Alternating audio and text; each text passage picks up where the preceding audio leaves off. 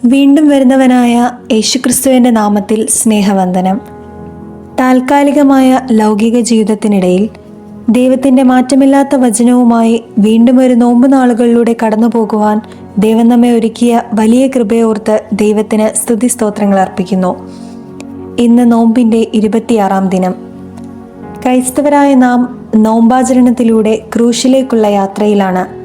ആ യാത്രയിൽ ഇന്ന് അല്പസമയത്തെ വചനധ്യാനത്തിനായി തിരഞ്ഞെടുക്കപ്പെട്ടിരിക്കുന്ന വിഷയം ജീവിപ്പിക്കുന്ന വചനം എന്നുള്ളതാണ്. അതിനോടനുബന്ധിച്ച് എടുത്തിരിക്കുന്ന വേദഭാഗം യാക്കോബ് എഴുതിയ ലേഖനം 1-ാം അധ്യായം 18-ാം വാക്യം.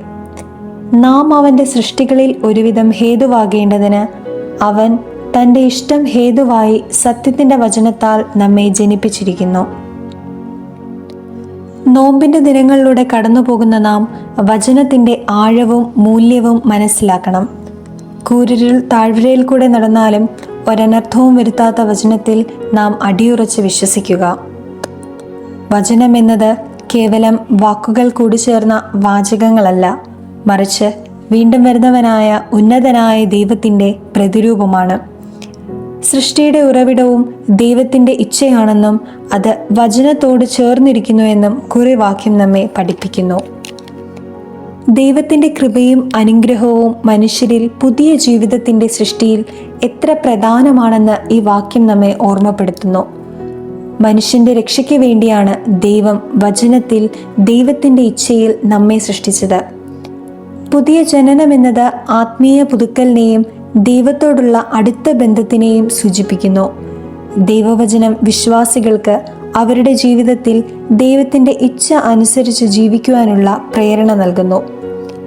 ദൈവവചനം ധ്യാനിക്കുന്നവരായ നാം ആഗ്രഹിക്കേണ്ടത്, എങ്കിലും ദൈവമേ, ഞാൻ ഇച്ഛിക്കും പോലെയല്ല, നീ ഇച്ഛിക്കും പോലെ ആകട്ടെ എൻ്റെ ജീവിതം എന്ന് പറയുവാനായി സാധിക്കണം. ദൈവം നമ്മെ മെനഞ്ഞിരിക്കുന്നത് സത്യത്തിൻ്റെ വചനത്തിലൂടെയാണ്.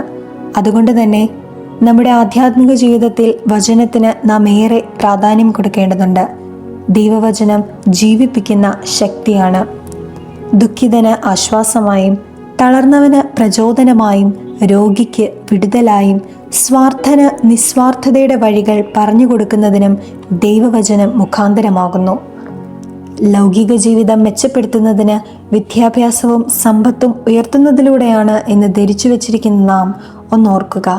ജീവിതത്തിൽ ഒരു പ്രതിസന്ധി വരുമ്പോൾ, ജീവിതത്തിൽ ഒരു വെല്ലുവിളി വരുമ്പോൾ തെല്ലൊന്നു പതറിയാൽ നമുക്ക് ബലമേകുന്നത് നാം വിശ്വസിക്കുന്ന ദൈവത്തിൻ്റെ ജീവനുള്ള സത്യവചനമാണ്. അതെ, സങ്കീർത്തനക്കാരൻ ഇപ്രകാരം പറയുന്നു: നിന്റെ വചനം എൻ്റെ കാലിന് ദീപവും പാതയ്ക്ക് പ്രകാശവുമാകുന്നു. നിത്യജീവിതത്തിൽ പ്രാവർത്തികമാക്കേണ്ടതും അനുഭവിച്ചറിയേണ്ടതുമായിട്ടുള്ള നിരവധി ആദർശങ്ങൾ വചനം നമുക്ക് നൽകുന്നു. ദൈവവചനത്തിൽ നിന്നുള്ള കരുതലും പ്രചോദനവും മനുഷ്യൻ്റെ ഹൃദയത്തെ സുസ്ഥിരമാക്കുകയും പുതിയ പ്രത്യാശയും ഉത്സാഹവും നൽകുകയും ചെയ്യുന്നു. ദൈവവചന ധ്യാനത്തിലൂടെ നാം നമ്മുടെ ആത്മാവിനെ പുതുക്കുന്നു.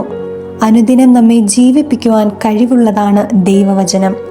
എന്നെ കേൾക്കുന്ന പ്രിയ ദൈവമക്കളെ, ദൈവവചനം നമ്മിൽ വിശ്വാസം വളർത്തുകയും വിശ്വാസത്തിലൂടെ നമുക്ക് ദൈവത്തിൻ്റെ ഉജ്ജ്വലമായ അനുഭവങ്ങൾ പ്രാപിക്കുവാനും കഴിയുന്നു.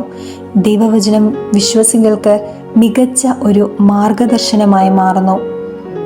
ഈ ദിനങ്ങളിലൂടെ ക്രൂശിലേക്കുള്ള യാത്രയിൽ ദൈവവചനം കൂടുതൽ ധ്യാനിക്കുവാനും പഠിക്കുവാനും ഇടയാകണം. അപ്പോഴാണ് ജീവിപ്പിക്കുന്ന ദൈവവചനത്തിൽ യഥാർത്ഥ സാന്നിധ്യം നമുക്ക് മനസ്സിലാക്കുകയുള്ളൂ.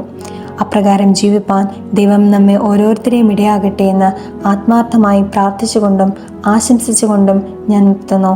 ദൈവം നമ്മെ ഏവരെയും അനുഗ്രഹിക്കട്ടെ.